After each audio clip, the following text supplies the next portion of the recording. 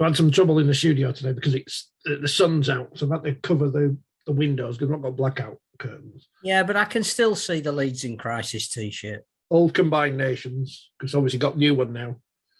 Brand new Midlands Hurricane shirt, which is beautiful. Lovely. Definitely glad I got 3XL and Gateshead Thunder at the back, which doesn't let the life in. But yeah, Leeds are in crisis because they are. The people, they want to know. They want to know, Phil, because we may as well start. 4020 live. We're back again. And Leeds are in crisis because they've lost a coach. Very, very careless. We'll talk about Richard Agar as a coach in a bit, but he's gone. Well, he's still there. He's got a job. We don't know what he's doing yet. He might be handing out the programs or something on Saturday, but he's not there anymore. James Jones Buchanan taking charge of first team affairs for the foreseeable. We've got to talk about who's going to possibly come in, but what do you make of it all, Phil? Anyway, the league table, as they say, 6 weeks in, 6 rounds in. Are we allowed to say that is a league table now? Because obviously after a week. Yeah, we're nearer to Easter than the beginning of the season, so I think it's fair. The first thing is, I think there was a lot of optimism in pre-season. So this is unexpected. It isn't when you look at the record of 5 losses out of 6, but the Leeds played Hull in a pre-season friendly, looked very convincing.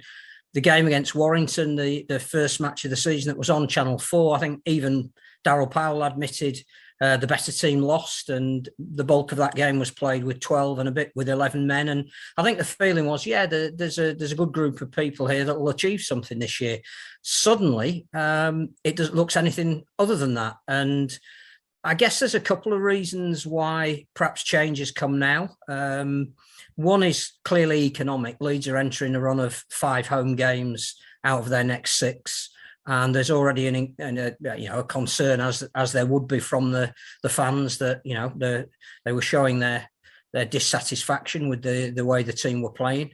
I think the last 2 performances are the ones that clearly have led to Richard Agar taking what I still think is an honourable decision to step back, and also a very principled one to have a press conference. Normally, it doesn't work like that, and he absolutely outlined all of the reasons behind his decision, and it was almost a falling on the sword, a selfless act, as it was indeed when he took over from David Furness. So you're right, we can assess whether he leaves the club in a better position or worse, which is what you do when most people leave jobs in a minute. But I think the defeat at home to Hull, the magnitude of it, shocked a lot of people.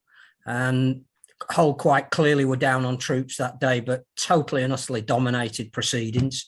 And that, I think, came as a shock because, as more than anything, it was at Headingley. And then the performance against Salford, which for 60 minutes was okay.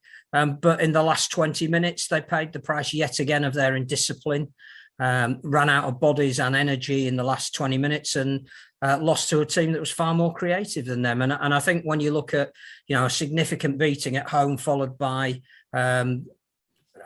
maybe a 5, possibly 6 out of 10 performance away, which didn't really show a lot of signs of, taking that on and responding to it. I think Richard Agar felt it was backed into a corner. But yeah, I think it is a surprise in that 6 games is not long into any season for any coach. And I say, I don't think, because of what Gary Hetherington has said in the aftermath of it, that there's necessarily a succession plan behind it. So if there is going to be criticism of Leeds, which clearly there has been and should be, and our good friend Mr. Davidson has written 1,600 very well-crafted words about what he thinks the issues are there. I think 2 things have happened over the last 3 years that they hadn't planned for, both involving coaches. One was appointing David Furner and it not working. So I think that they felt that being an ex-player and having some pedigree in the ranks of the NRL, that he was the right appointment. And clearly 14 games into his tenure, that all went sour. And I don't think, again, anyone connected with the club could have planned that that's how it would work out. And I think at the start of this season, Richard Agar was seen as, yes, transitioning into another role, which he will now at some point move into when they identify what it is. And another coach was probably coming in, maybe at the end of this season. But for it to be not even the Ides of, well, we're just past the Ides of March, aren't we? Not even April Fool's Day. Yes, I think it's a big news story and a surprise, and it certainly ratchets up Saturday's Challenge Cup game against Castleford, because somebody's season is going to be on the verge of being almost unsalvageable as we hit the 1st of April. Let's pick the bones out of this. And the first thing after the game on Friday on TV that we're talking about was Luke Gale, which I thought was an interesting angle to take, because if you're a club, you're always going to back your coach over your players, because your coach is supposed to be there forever. The players come and go, but the coach will be there forever. And we've not seen, I know Hull are above Leeds in the table, but we've hardly seen Luke Gale ripping up trees for Hull, because he's hardly played because he kicked Johnny Lomax in the leg. He being replaced by Blake Austin and Aidan Caesar on paper seemed like a good thing. It hasn't worked out so far, but we are only 6 games into the season. Whether they will gel or not remains to be seen. But I think saying, well, here's a player who was there and he's not there anymore, is a very basic way of looking at things. It's the way fans look at things, saying, oh, well, if we just kept him, well, we've kept Ben Jones-Bishop, we'd have scored all those tries that whoever else would have scored on that wing. So it's that kind of fans' math that was on the telly on Friday, which puzzled me. Obviously, the players at the moment aren't working, but Richard Agar doesn't send them out to get penalties every 2 minutes. I think there's 2 things with Caesar and Austin. One is it was assumed that they would gel immediately because they'd played together before, and it doesn't look like they have. So I think that is an issue. And again, when they were signed, I think there was some raised eyebrows about Austin, but clearly I didn't hear anybody say Caesar wasn't a good signing. I think we were all talking at the time at how do you fit 3 into 2. So I think that's a hindsight call. If anybody's saying they were the wrong signings, I'm not sure they were per se.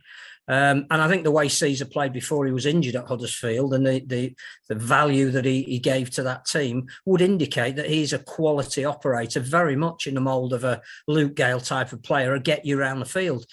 In their defence, and clearly there are more things that they could be doing within a game that would help the team, not least the kicking game. And I would go back to that defeat at Salford on Friday, stemmed almost from the point of a very poor Aidan Caesar kick that Joe Burgess did magnificently with in the in-goal area and got out and set up the attack that ultimately scored a very important try. I think that was a poor kick choice at that point, which again is down to the guy on the field, not the bloke in the stand. But the other thing I think that's been the bigger issue for Leeds all year, and already people are saying we don't care about Leeds, we just want to see them lose every week, is that those halfbacks have nothing to work off in terms of the forwards in front of them. It's one of the laziest cliches in rugby league that the forwards lay the platform. But I go back to Jake Connor and that game against at Hull that Leeds played. Everybody was saying that he was the man of the match, that all of the things he did determine the outcome. To me, he did what he did on the back of the fantastic work that Chris Satai did. He was so important that night in getting the team going forward with every single carry. I think he took the ball up 19 times and made it, more than 10 metres a carry with every carry, put his team on the front foot, almost monstered the Leeds pack on his own. There was no one, apart from maybe Mikolaj Aledski for part of the time, who could match what he was doing. And if Jake Connor had been playing behind that Leeds pack that night, he wouldn't have been as effective. So I think, yes, there's more expected of Caesar and Austin, but they're not the reason Leeds are at the moment where they are in the table. I think they look unbalanced in the pack and they're indisciplined when they're on the field. Could almost level that same accusation, and it was levelled at them at Warrington on Saturday. Kevin Brown obviously was massively disrespectful to Warrington in tipping a Wakefield win, and well done on picking up the meatballs there, Kev. You'll do for me. He said their pack looks very light, and it was proven to be. On paper, is Miller and Lino a better or worse halfback partnership than Widdop and Williams? Well, international caps say it is. But on the day, they were given the platform to play with, and the Warrington pair weren't. So there are a lot of factors here at play at Leeds. Obviously, they can't go out and sign a load of forwards because there aren't any. And Warrington would probably beat them to it in terms of paying money for them. And the other thing about that, which you're absolutely right about, is that in previous days, and why Leeds have partly got the reputation they have of being despised by most other fans, is that, if Jack Maesco had been in charge and this had been 1972 instead of 2022, he would have gone out and bought the 3 best players in the competition as soon as they'd had a couple of defeats. You can't do that anymore. You can't suddenly say, well, we'll pay whatever for Alex Worms and he's now a Leeds player. It just doesn't work like that. So, no, I think you can question whether they have the depth in the forwards. And it's really interesting. A wider debate other than sort of Leeds is I thought we'd moved away a little bit from sides being forward dominated to be successful. So, you looked at Hull last year and you thought maybe there's an overemphasis on size. You looked at perhaps what Huddersfield were doing and, let's try and dominate up the middle before we even think about playing any rugby on the back of it. But funnily enough, this year, the sides who have gone lighter in the pack, like Leeds and Warrington, are the ones who've suffered.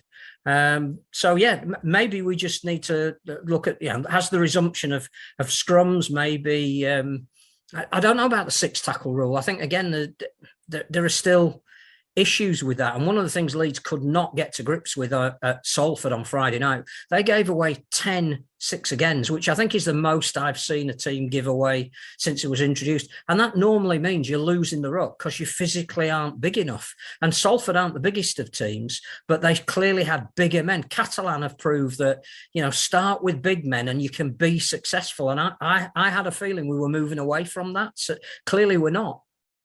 We're not blaming Jack Smith for all the 6-agains. I had to check who the referee was. No.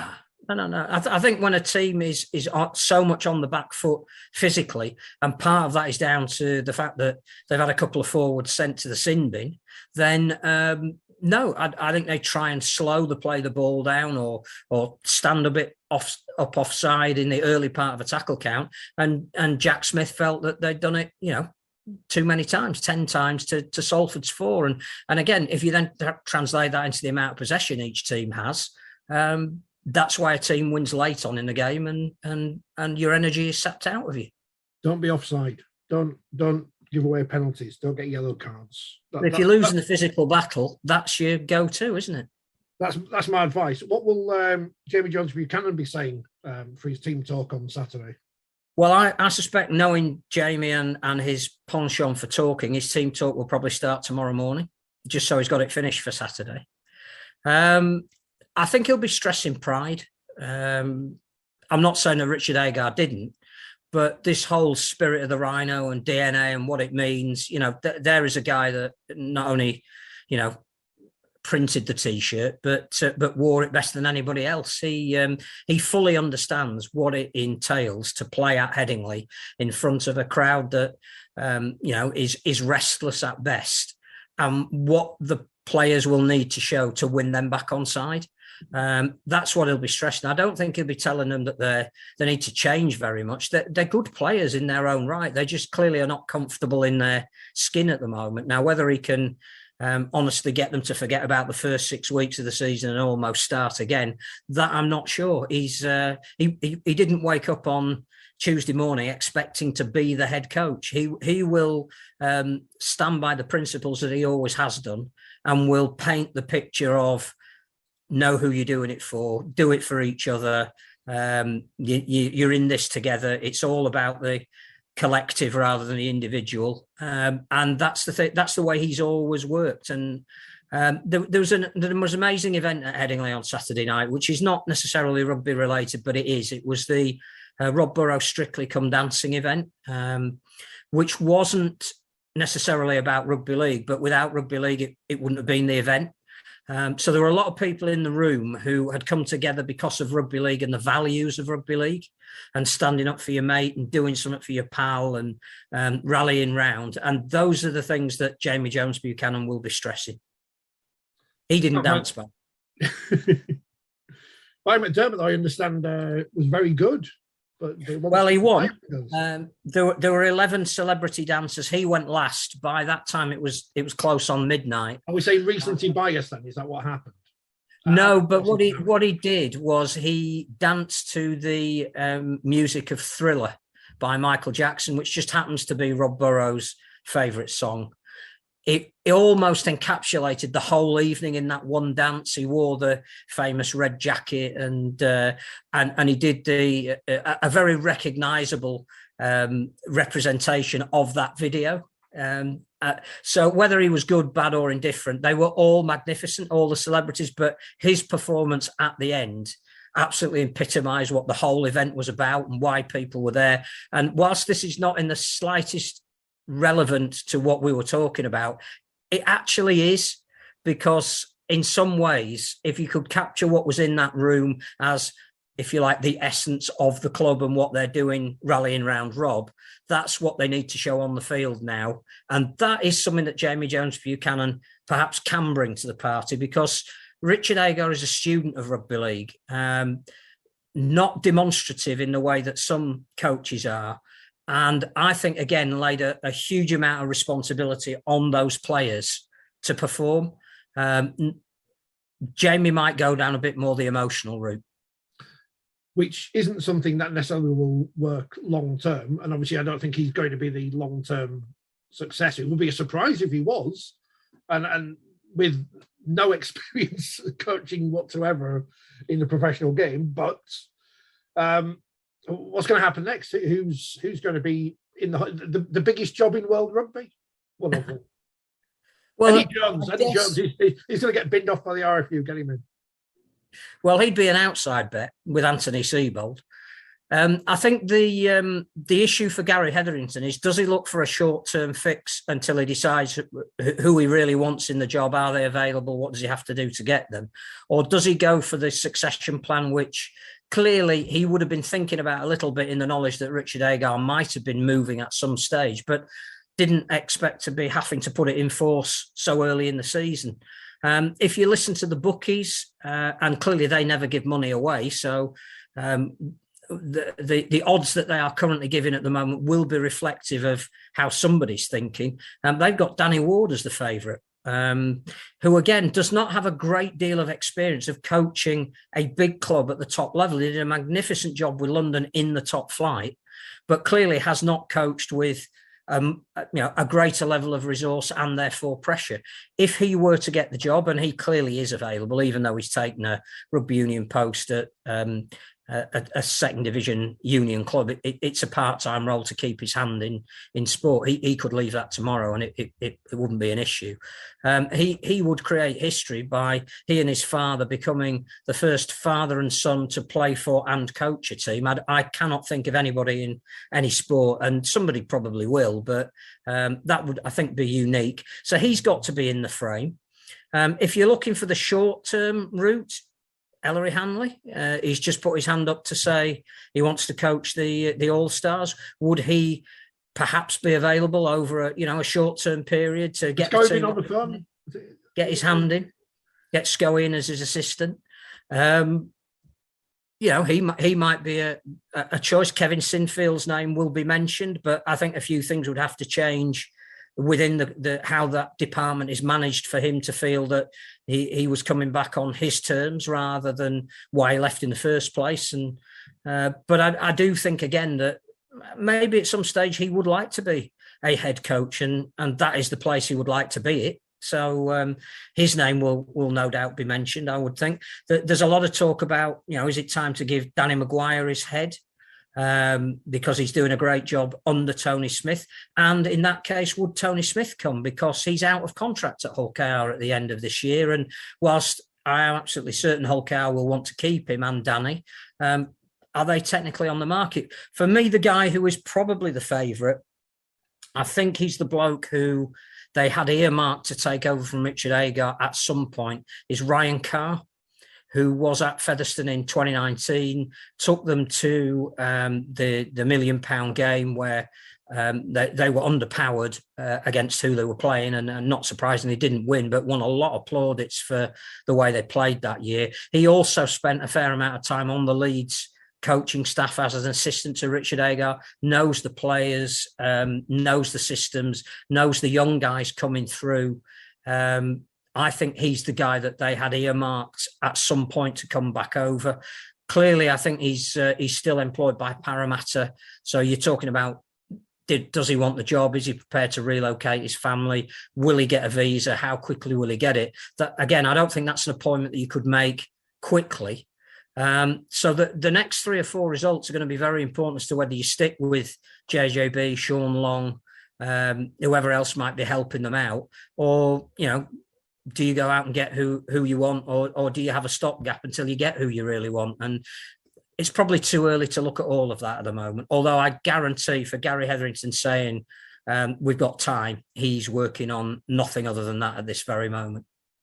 Waiting Bennett till the end of the season. He's not doing anything. Well, you see, funnily enough, he is available, isn't he? I know that the work that he can do in putting together his Dolphins team, he can just as easily do from here. Why wouldn't you consider it? If you wanted somebody who was going to walk in a dressing room and every single player in that dressing room, young, old, international, experienced, on the way up, would have a sharp intake of breath. Yep, Ellery Hanley's one because of the reputation that goes before him. Wayne Bennett's the other. Lake Austin back on the wing. That'd be exciting. I'm sure he'd be first to open the door to let him in. The parallels between Manchester United post-Ferguson and Leeds Rhinos post that Smith, McLennan, McDermott era are frightening. Apart from Leeds are obviously well run as a business, and Manchester United are a show. Well, and the other thing about that is it's not just Manchester United. You can look back to any team that's had a successful era. When that era ends, 2 things happen. One is a lot of very good players who've been the core of that team will all retire at round about the same time, and they cannot be replaced in the short term. It's almost impossible because one of the ingredients for success is keeping them all together. Therefore, they are going to all retire round about the same time together. The other thing is sport is supposed to be cyclical, and salary cap sport is certainly supposed to be cyclical. So there will be periods in every club's history, your own. It might go back to the 1960s, but they were unbelievably dominant for 8 years. They were almost untouchable. But what happened in the 9th year? And why have they never come back? It's not a Leeds thing. It's a sport thing. The great Wigan team of the 80s and 90s at some point broke up. It might have been economic reasons. They may have bankrupted themselves by buying every good player for 15 years. But the fact is that the structure itself is not strong enough to survive that period you need to transition into the next era. So it's happened to every club. It will continue to happen. I think one of the most interesting things I read on social media yesterday was Richard Mathers, former guest on this programme, and a player who's also been coached by Richard Agar in the past, who said how much he improved under him and enjoyed working under him. I don't think I've ever heard a player say they haven't enjoyed working under Richard Agar. He's never been able to win the fans over completely wherever he's coached for whatever reason, but the players all enjoy working under him. Challenge Cup winner 2 years ago. And I think, as you say, the test is, are Leeds as a team in a better place than they were when he took over? And the answer is obviously yes, slightly. But at least they are improved. And the foundations are there to move forward as well, with the young players coming through and the likes of signing the likes of Pryce and making him captain. I think you're right in the sense that he never courted publicity wherever he coached. He didn't go out of his way to make himself popular with the fans. He was a player's player first and foremost, a player's coach first and foremost. And I think you're right that there will always be some players who don't get chosen by a coach who have a downer on them, but the bulk of the people that have been under him will come out and staunchly defend him. And I think his record is a good one. You look at wherever he went. I think he improved the clubs he was at. He took a vagabond group at Wakefield and turned them into playoff contenders. And those are words that were used by that group itself. It's not disparaging in any way whatsoever. He took people that were not wanted at other clubs and turned them into a team. And I think what he did at Leeds was that role that he took up in 2019 when David Ferner left was not what he'd planned to come over for. But he looked around and saw that people like JJB, Chev Walker would have been next in line if you were promoting from within, were not experienced enough to take on what was a broken club at that stage.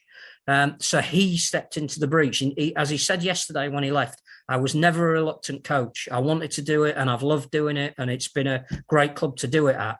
But that he stepped up to do it. It was a selfless act. He didn't have to do it. So 2019, the club is stabilised. It really could have got relegated. And the process begins to make the young players who are there and talented better, but also bring in a greater crop. And they're starting to come through now. There is some degree of stability in the playing ranks that they may not have all the right players in the right positions at the moment, but some of the talent that they've got coming through is at the top of its game. Harry Newman for one. Let's use him as an example. Michalewski is another. Clearly, both already in the England squad. I think 2020 was a year that no club will be able to say was comfortable in any manner. But he won the Challenge Cup, and who we beat and how we got there doesn't matter. Somebody has to win the cup. He won the cup. It's a trophy in the sideboard. 2021. Again, injury raddled from week one, 80 minutes from getting to Old Trafford. So I think, he can hold his head up absolutely high in the record that he had. I think he leaves them in a better place than they were as a club, not on the league ladder.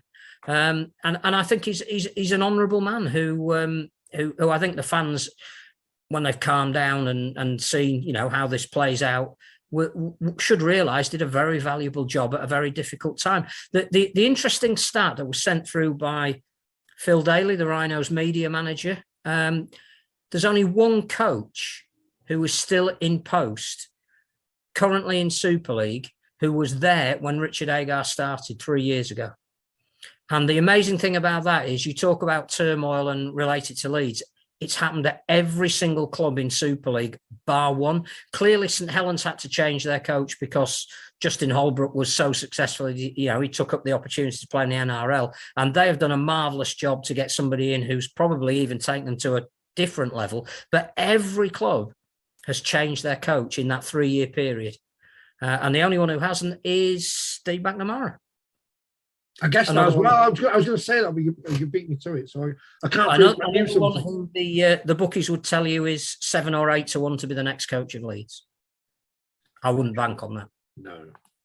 Give up the south of France for Leeds. I mean, I know Leeds is lovely and everything. You've got parks. And well, the sun was out today. It was gorgeous. Yeah. But that was Leeds. That was Leeds in crisis. So there you go. And that'll be back again next week. When they lose to Canada. I think the other thing to say, and it was sort of crystallised in my mind when I read John's piece earlier today, and I would recommend people to read it and obviously make up their own minds which parts of that analysis they think are the most significant. If this was a single issue to solve, it would have been solved. It's a combination of factors because people like Richard Agar, Gary Hetherington, they are the shrewdest of operators, and if it was, you need to have the bathwater at 20 degrees hotter, they do that and solve it. It's nothing like that. We haven't not given credit to Salford for their performance, but Salford played really well in that game, coming from behind at half-time and all that. So well done, Salford. You played really well. Over 5,000 there, nearly 6,000, so decent attendance. Who knows what's happening with their home? We don't know because the football club's staying at whatever it's called, the Peninsula Stadium, for another season. We don't care about the Sharks. They don't get mentioned here, so we'll see what happens. Gary Neville will tweet something about it, probably. But well done, Salford. You won a game, and now they were good because they've got a real spirit under Paul Rowley, and having lost 3 games, it would have been very easy to say, your start to the season was.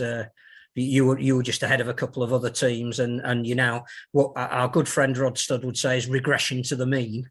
But they showed that now that there is something about them, and they've got a way of playing that really suits them, and they deserved absolutely 100% their success, as Gemma Carter told us they would do when we arrived at the ground last week. Obviously for his health more than anything, but I'm glad he's back on Twitter because he makes it a much more interesting place than Rod. I see myself as kind of like not even a pound shot Rod Studd sometimes, but I wish I could be as good as the great man. So Leeds are in crisis. Also kind of in crisis are Warrington, who lost to Wakefield on TV. Usually when Wakefield are on TV, as they were a couple of weeks ago against Leeds, I who'd have thought this now? Leeds blowing Wakefield away in that first half of that game, and then they've lost the coach. But now Wakefield go to Warrington and win in style, and they're knocking down the main stand, and we're getting a new stand, and I can't cope with all the positivity at Wakefield. Now, granted, until I'm sat in it, I won't believe it, but that's no knock on what's going on at the club or the people there. I just have heard so many things in the past before. But when I'm there, I'll be very happy. But on the field, 38-22. 18 all at half-time.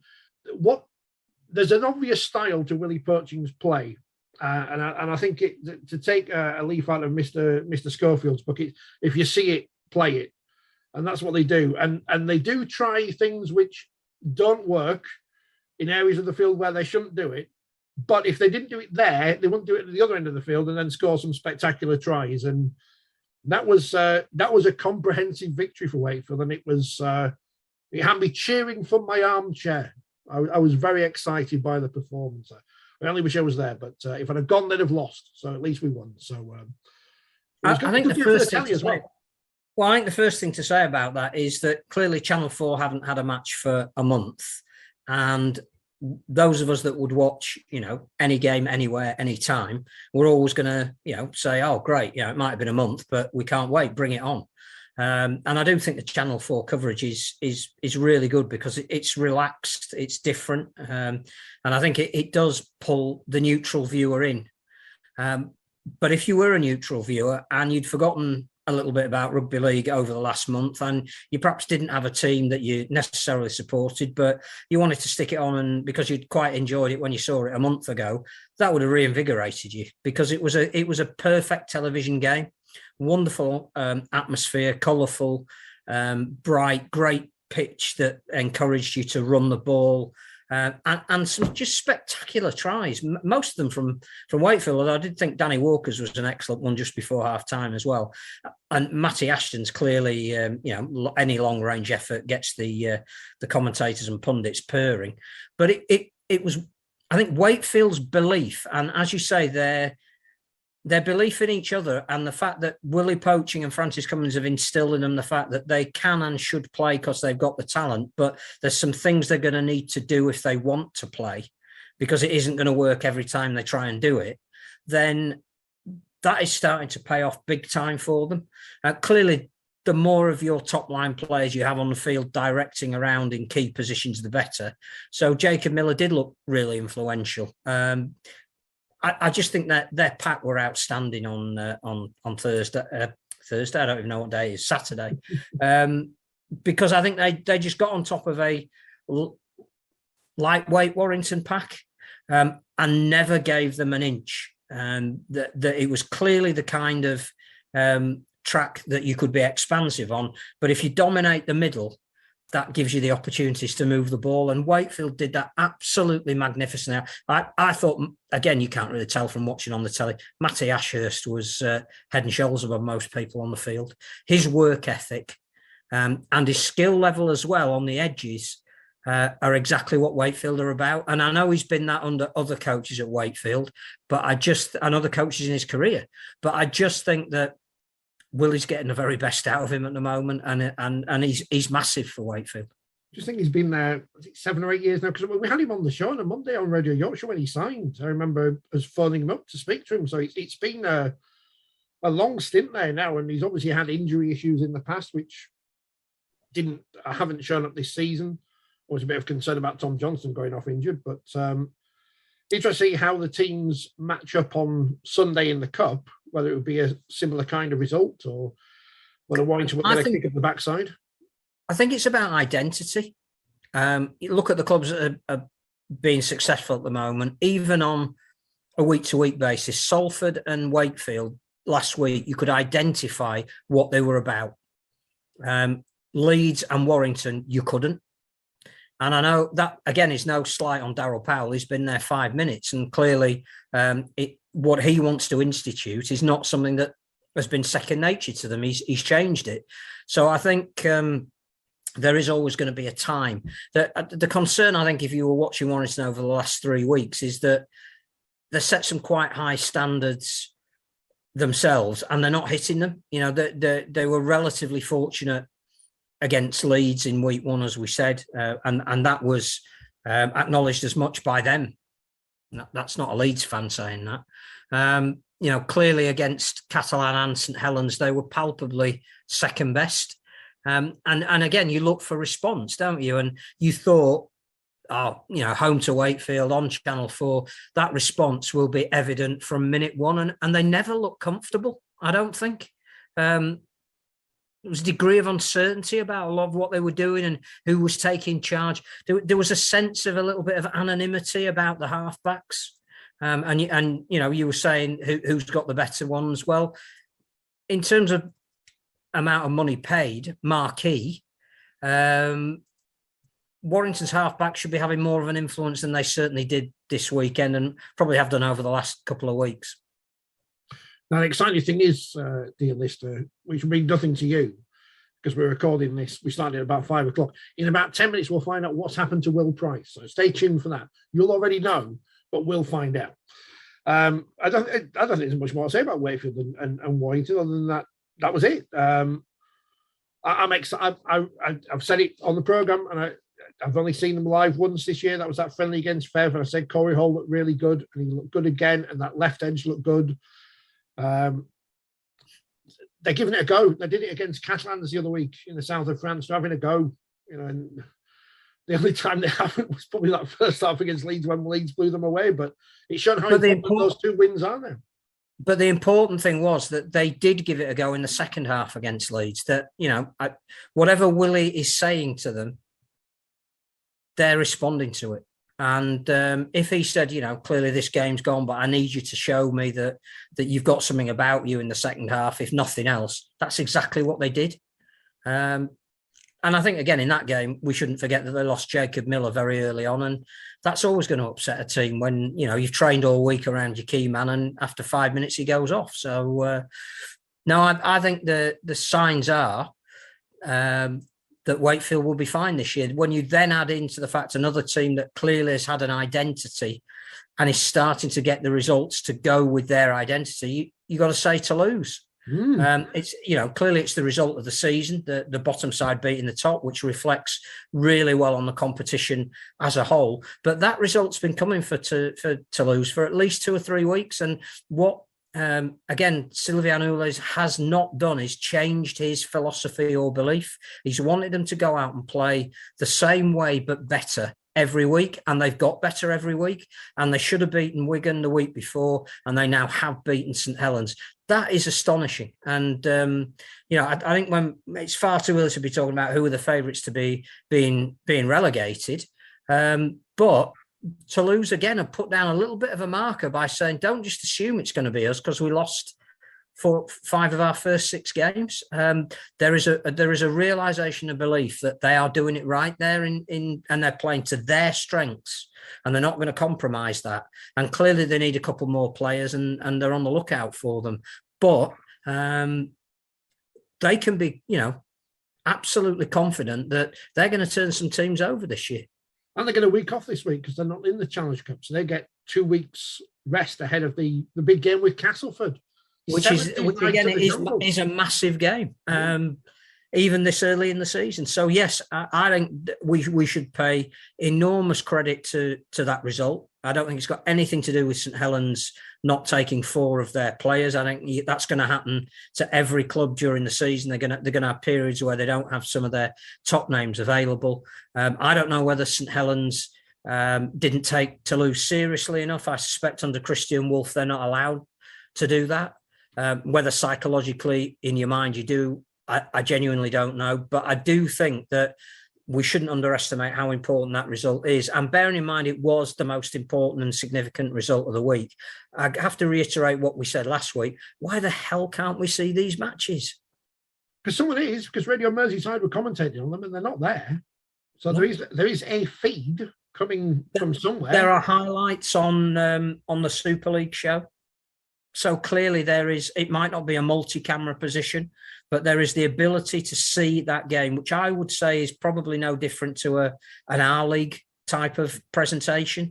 And that should be on YouTube. That game, if Sky don't want to take it. They own the rights to it. That's fine. So brand the game on YouTube up as Sky Sports. Do whatever you need to do to fulfil their part of the obligation to buying a certain number of matches and effectively bankrolling the competition. But put it on YouTube. How many of us would have rushed to put that on when we'd heard that Toulouse were winning by 10 points and eventually, even though they were pegged back, came back and won the match? Fantastic. But we've not seen it other than the tries. Now, we did see Wigan and Castleford on Thursday, which, of course, a game Castleford would have won were it not for Mare Fanua leading with the head and hitting someone on the Wigan side, which everyone got upset about because, as is their wont to do, he's not been disciplined further. So we assume that the sin binning was deemed sufficient or whatever, but people are still moan about it. Game's gone. Game has gone, Phil, which is why more people were watching games last weekend and stuff. But I don't know. When people... That's why St Helens and Wigan on Good Friday is sold out already, because nobody's interested in the game at the moment. In defence of Huddersfield Giants, who get a lot of stick for their crowds at the John Smiths, and it doesn't look great. Wigan doesn't look great either, with lots and lots and lots of empty seats, as they were on Thursday night against Castleford. Clubs really need to do things for TV games to make it look better. I know some clubs are trying, but Wigan win. I mean, they should be getting them in because they're winning. They're just behind Saints in the table. Good performance from Wigan. There's nothing stood out about the game to talk about other than everyone getting upset about a referee's decision. But apart from that, it was just a game. No, I think Castleford will feel aggrieved. Naturally, they conceded 12 points when they were down to 12 men and lost by 10. So, it was clearly a material effect of a player in the sin bin at a crucial time in the game. I still think that that isn't the reason teams win or lose. It's how actually you cope with that, and they didn't cope with it very well during that period. They looked extremely vulnerable. Jai Field is still thrilling audiences. Can't take your eyes off him. I think Lee Radford was saying he was really pleased with the togetherness of his squad and the effort that they put in. So, if he can see that that's an improvement, then, both clubs get something out of the game. But I don't think Wigan yet are probably at the level that Matty Peat would want them at. And they looked after the first couple of weeks that they were genuine contenders, and I'm not sure they've been able to sustain that. So bit of work to do for them. It'd be an interesting game against Salford on Friday in the Cup, because Salford will go there infused with confidence. And again, as Paul Rowley was saying, you give us all the plaudits you like for winning one game, but we're not about winning one game. It's being able to do it, the following week as well. Well, we'll see if they can, but that will be a good game, which of course is on Premier Sports. So we'll not have the same mass audience that it would if it was on other platforms, shall we say? No, I mean, I'm going to go to the Big Well Stadium on Sunday to watch Wakefield and Fev in the Women's Challenge Cup. So if Wakefield lose, I won't see it anyway because I don't have Premier, so it doesn't count, which is the good news. I know this whole games going soft things are nonsense, but people outside of our bubble don't know what's going on. They genuinely don't know what's going on with any of these yellow cards or anything. No one's perspective of rugby league outside of what we think ourselves is being changed by what is going on, mainly because they think it's still Eddie Waring and pies and stuff. I also think what's interesting is that this isn't a media-driven thing. I mean, there are people within the media that are quite vociferous about the yellow cards and the lengths of bans, but normally a campaign is whipped up by the media and then taken on. This is mainly a campaign that's coming from current and ex-players. Who probably don't know the rules. If only we had a players' representative who could come on and talk to us about it. Stay tuned, listener, viewer. We'll get to Huddersfield in a bit, obviously, because we need to talk about the ban. But it'll take us long to talk about Catalans versus Hull KR, because that was played on Friday at the same time as we were all watching Leeds in Crisis live. And Catalans won. Won the second half 8-0. That was it. They won. So I've not seen the highlights, so I don't know what to say. 2 tries each. The difference was Sam Tompkins taking lots of kicks, not only at the car that came on and bought the tee, but the ball over the posts as well. Oh, that was great, wasn't it, when it ran him over? That was hilarious. Oh, that was terrible. Do that, Wizzy Rascal, I dare you. I don't think it was a complete performance by the Dragons. Steve McNamara in his press conference was a little bit upset that they hadn't managed to dominate the game, but full credit to Hull KR. That's a real, again, a good performance. I'm told in very difficult conditions. Ryan Hall was at the Rob Burrow Strictly event on Saturday night, and he'd only just dried out. So it must have been really, really heavy rain over there. Now, it was a good weekend for Leon Pryce, I thought, on Channel 4. I thought he was very good and perceptive in his analysis alongside Mark Wilson. Never heard of him.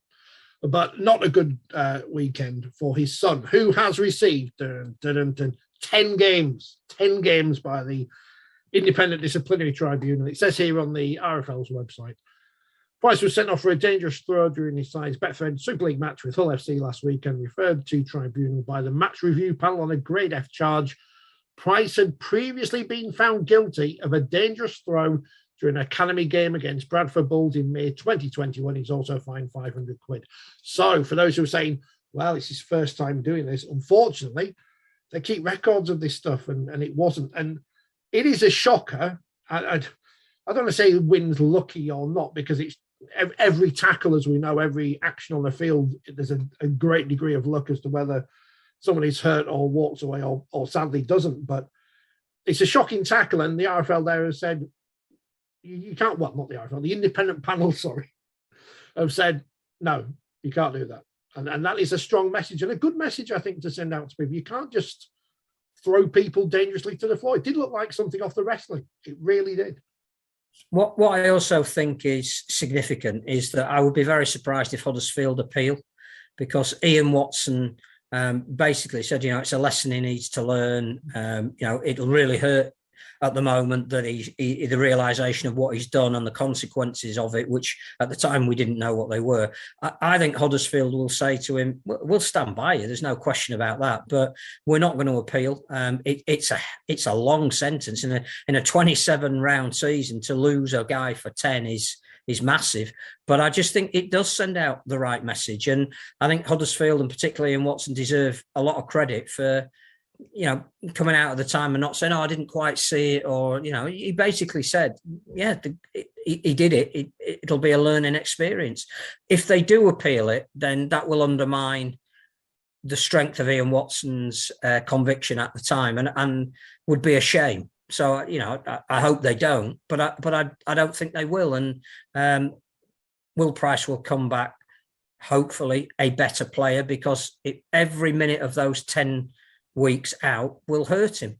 People were talking about him being a potential England player in the World Cup. You lose 10 weeks of your season, it's almost impossible to get in that squad. He's made a mistake. He's paying a very heavy price for it, but the right price, or the Will price, whichever you prefer. Good win for Hull, though.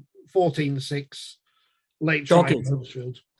Dogged win, defensively very, very strong, and again, I think that there has been some criticism of the style in which Hull have played, and not entertaining enough. I think their fans are absolutely delighted that they've got their season back on track with just playing for, defending for each other, looking after each other.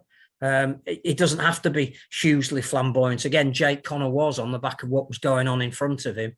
But Hull fans, I think, like to see effort, and Brett Hodgson's side are delivering on that at the moment.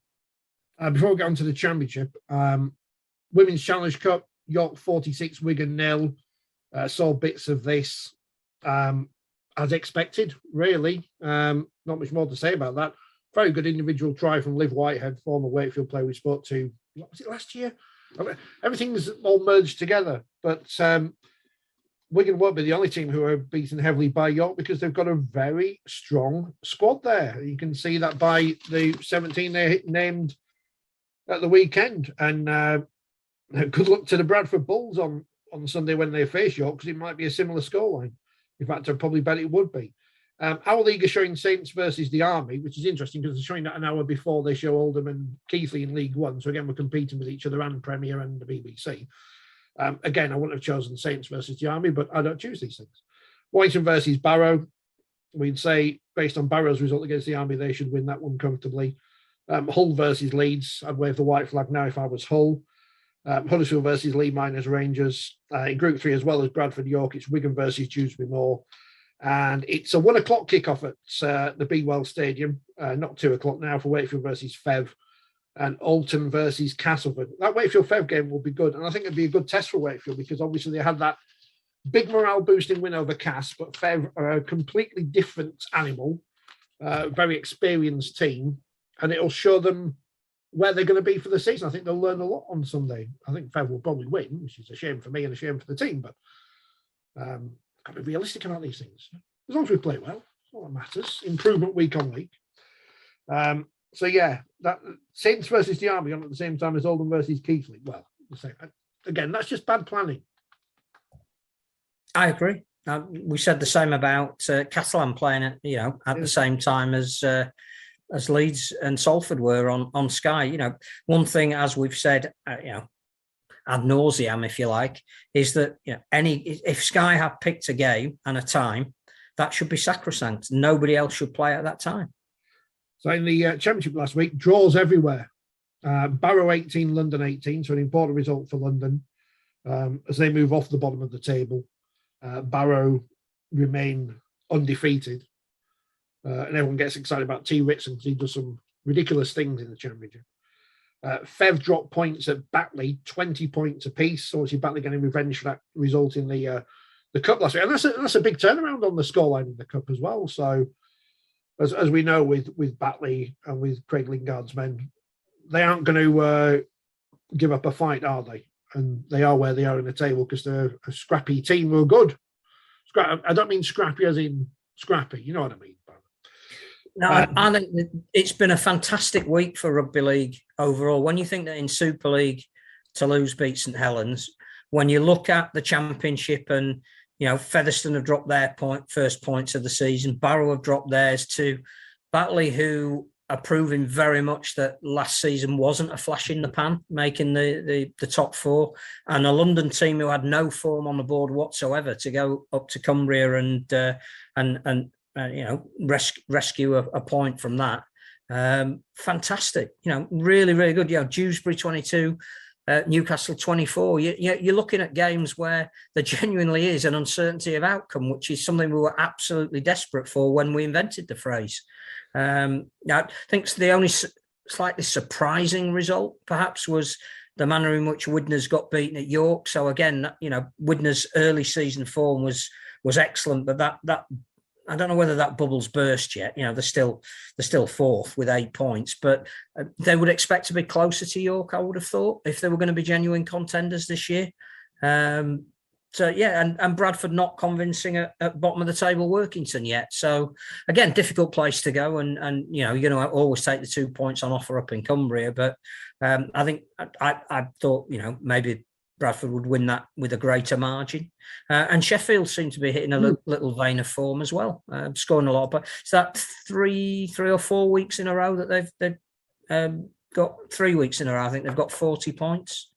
Signs there that Mark Aston's working his magic again. And they're at Mark Aston's old home of Featherstone on Saturday to host Hull in the Cup because their ground is still not finished because the Olympic legacy. Where's Lord Coe when he's too busy buying Chelsea? Obviously Lee beat Halifax on the telly yesterday. Forgot that. Also in Challenge Cup action this week, we mentioned Wigan versus Salford on Friday. Saturday it's Catalans versus Fev, which there must be a feed for because they're showing at Fev Lions. You can go down and watch it. They've arranged it with the BBC. They've not got a hooky feed or anything. It's official. It's allowed. I think that'll be closer than a lot of people think as well. I think, Featherstone will use it as an opportunity to get, a bit of an away day spirit going, and we've nothing to lose, so we might as well go out and have a bit of fun. And again, we shouldn't forget that clearly there's implications for the 1895 Cup as well from here on in. So they'll be wanting at the very least to get back to Wembley for that event. If not, get a little bit further in the Challenge Cup. I think the Dragons probably will win, but I'm not sure that's going to be a runaway victory. You've fallen foul of what I did earlier this week. I did a preview of the Challenge Cup and kept saying Wembley, but we're at Spurs. Well, yes, but they've been to Wembley, so don't want to go back to London. On that tour where you stand on the roof at Spurs. Hull KR versus Leeds. I mean, that should be a close game on paper. Isn't that sort of like the fifth year running that they've played each other in the Challenge Cup? So they've got to know each other a little bit. Leeds versus Cass. That's on the telly on Saturday. Well, that's good. That starts just before I finish my exciting program on North Derbyshire Radio, so I'll be out watching that. So that's good. Sheffield versus Hull, as mentioned. Whitehaven versus. Is Leeds Cass the Tom Maguire derby? I don't. And he's all Cass now. He's all Cass. All Cass ain't he? Yeah, that is a fascinating game, isn't it? Leeds and Castleford, because it is. There's a huge narrative behind it, and people talk about, is there still the magic of the cup? Well, there is this week with that game for sure. I don't know where to go. Nervy. I can see it being very nervy. I've already done the predictions for this week, and I can't remember where I went on them. Anyway, no Zane Tetilano for Leeds. Oh, he's been banned, hasn't he? Another forward down, and no Brad Martin for Cass, because he's accepted his 2 games as well for what was a nasty. Well, it wasn't a nasty high tackle; it was a nasty-looking high tackle. No, but the proper journalists are putting 10 in like letters, TEN, capital letters, with a ban, like he scored 8 goals in a football match. Is it like the teleprinter? Oh. Yeah. I mean, now Channel 4 News is coming from Leeds. 10 brackets TEN. Channel 4 News is coming from Leeds today, so it might be the main news story. Breaking news, we've just heard Will Pryce has been banned. Probably the Richard Agar story will be number 1, I would have thought, if they're coming from Leeds. And then, because we know on local news from Leeds-based TV stations, a cat in Halifax who can speak Chinese. Whitehaven versus St Helens, 2:00 on the Sportsman, so we can all watch that. I mean, that should be on paper a comfortable win for St Helens, but the great thing about it is Whitehaven have got nothing to lose, and they'll make a few quid out of it, which is the main thing. Kyle Amor derby. Oh, yeah. Also on Saturday, League One, London Scholars versus Hunslet at 3:00. League One has kind of snuck in this week. It's starting. What if they'd have got into the challenge anyway? Sunday, Challenge Cup, men's, Barrow Huddersfield, and Warrington versus Wakefield. I mean, Barrow Huddersfield has that element of romance about it. I don't think Barrow will win, but they're unbeaten in the Championship this year. They like you were saying against Whitehaven, deserve a big crowd. They deserve the spotlight. They've been a wonderful club during the pandemic for finding ways to engage with their community. I think they deserve all the plaudits that they're going to get and all the revenue. Hopefully they'll get out of it, and maybe they'll run Warrington close. Huddersfield. Huddersfield, but it'd be a good day for them, irrespective. Bad news for Ian Watson, not just as Will Pryce being banned, but I've tipped Huddersfield to win the cup. So because I can't tip Wakefield, because we'll probably lose by 50 now at Warrington after last week, but we've got to win. Well, Warrington need a response. Wakefield need to do something different. Warrington in crisis, it'll say on those next week. Well, if they lose, I think they wouldn't be in crisis, but they'd certainly be questions in the House by the Speaker. He'll let them off. He always does. Workington play Halifax in the Championship, and League One, Doncaster versus Midlands. They're there. Oldham Keighley on our league. Rochdale versus North Wales, and Swinton versus West Wales. So Rugby League is proper. Everything's back now. Except Cornwall, who sit out this week and make their debut next week. Let me find the wheelchair results off the top of my head. There was only one. London Roosters beat Warrington. Up the Roosters. So I think that's it, isn't it? I don't think anything else happened. No one else has been banned, or there's no other news. No other coaches have been sat while we've been on, so that's good. Excitement. Brilliant. Rugby League is back. Is the legend with us on Monday? Do we know if he's busy these days? He's everywhere, isn't he? He asks us to let him know what plans we have for him, and then he says yes, and then comes back and says, "Oh, I can't do it." So we'll ask if he's free. I suspect he probably doesn't have much opinions on anything at the moment. So he'd be quiet if you got him on. What would he say? Rubbish. Bloody rubbish. The aim is we will be live on Monday at the usual time. And usual time in this place. Yes. I'm all on my own. It's getting dark. There's no biscuits. I need to take these shirts down. Nobody to bring me cups of coffee in the style of Brian Barwick. Is that happening? Is that part of the realignment? Is we've lost the use of a person to bring us cups of tea? Because apparently that's happening now, but no one.